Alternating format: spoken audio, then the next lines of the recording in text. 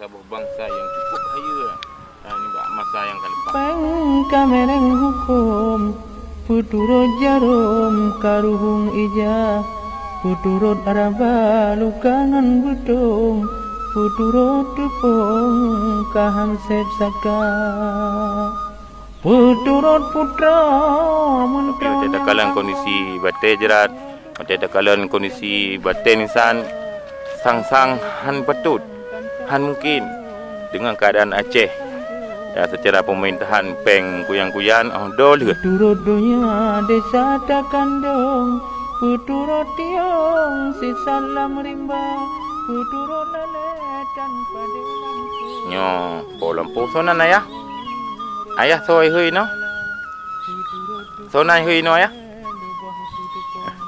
sonai hui no gimana oh hanya foto oh gak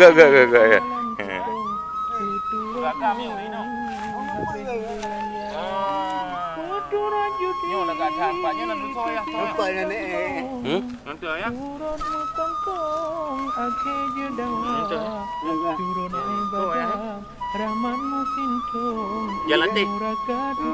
Jalati Jakaha Jaga.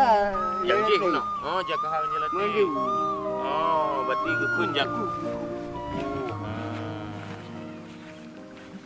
sayang tu abu cik tanya hayu-hayu gawai ayah kah ba mai ah okey Lagi tu mai. ya Pada mana lagi tu? ya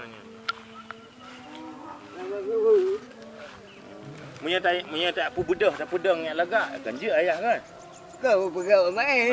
pegang apa main tu dapat Dah sama dah. oh hana gak dia dengan ayah hana berarti yang kemudian ayah yang kalian sayang di lagak tak ada bim tanom dulu kan tak apa bedah kembali baik gaduh yang kalian le cucu-cucu tanya oleh anak-anak tanya mana ayah sonan ayah ayah so guru ina kampung sonan nandron so Ani. nandron Nah. Nala Muhammad Daud kalau nak lagi nak Raja Aceh kata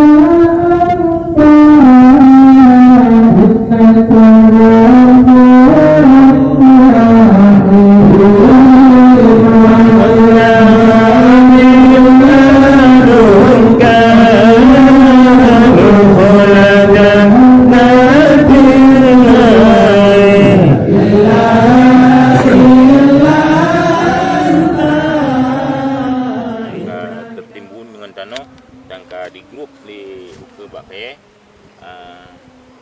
nya tentang boleh tak budak teman tak buat teman bahkan letak juga katimang-timang buat tengah-tengah makam atau jika mak ulai akan libat lagi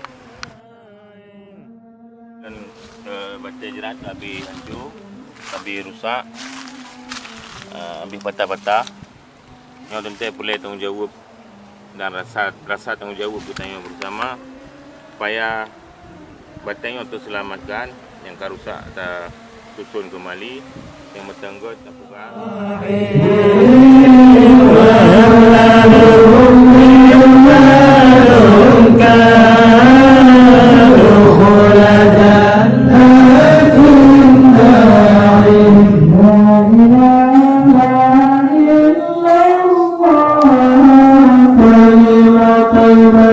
Bye.